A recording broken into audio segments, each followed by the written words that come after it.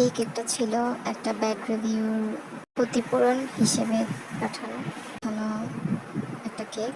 এই যে টাপ কেকটার মধ্যে অনেক ব্যাড রিভিউ এসেছিল, এর থেকে এরকম একটা ভালো রিভিউ আমি কীভাবে আনলাম সেটারই একটা গল্প বলি।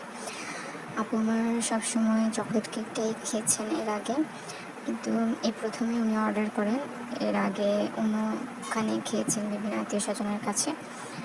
তো উনি আমার চকলেট কেকটা অনেক বেশি পছন্দ করেন, কিন্তু অর্ডার দেওয়ার সময় উনি ভ্যানিলা কেকটা নেন। কিন্তু দুর্ভাগ্যবশত কোনো কারণে ওনার পছন্দ হয়নি কেকটা। ধারণা করছি হয়তো উনি ভ্যানিলা কেকটা পছন্দ করেন না বিধায় ওনার কাছে ভ্যানিলা কেকটা ভালো লাগেনি।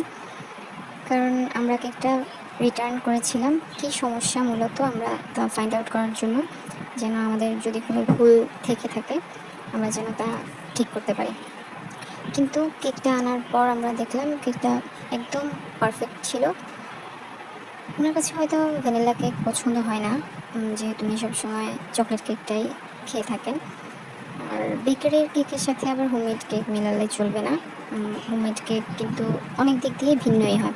উনি বেকারির ভ্যানিলা কেক ট্রাই করেছিলেন, কিন্তু হোমমেড কখনো ট্রাই করা হয়নি। তো ধারণা করলাম এটাই হবে। টেস্ট বাডের কারণে অনেক কিছুই হতে পারে।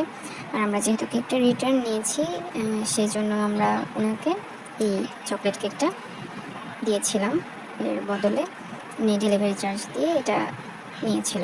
আমাদেরও আবার ওই কেকটা আনার জন্য ডেলিভারি চার্জ গিয়েছিল। তো এরপরও যত যাই হোক, আমরা শেষমেশ এই কেকটা পাঠিয়ে কাস্টমারকে স্যাটিসফাই করতে পেরেছি, এটাই আমাদের জন্য অনেক বড় পাওয়া। ওনার স্টুডেন্টদেরকে ট্রিট দেওয়ার জন্য উনি মূলত কেকটা নিতে চেয়েছিলেন। তো স্টুডেন্টরা খেয়ে এত বেশি পছন্দ করেছে, এত প্রশংসা করেছে যে একজন স্টুডেন্ট তো এটাও জিজ্ঞেস করেছে আমি ক্লাস করাই কিনা, উনি আমার কাছ থেকে কেক বানানো শিখতে চান। আমি এখানে আপনাদের জন্য ওনার দেওয়ার রিভিউটাও দিয়ে দিলাম।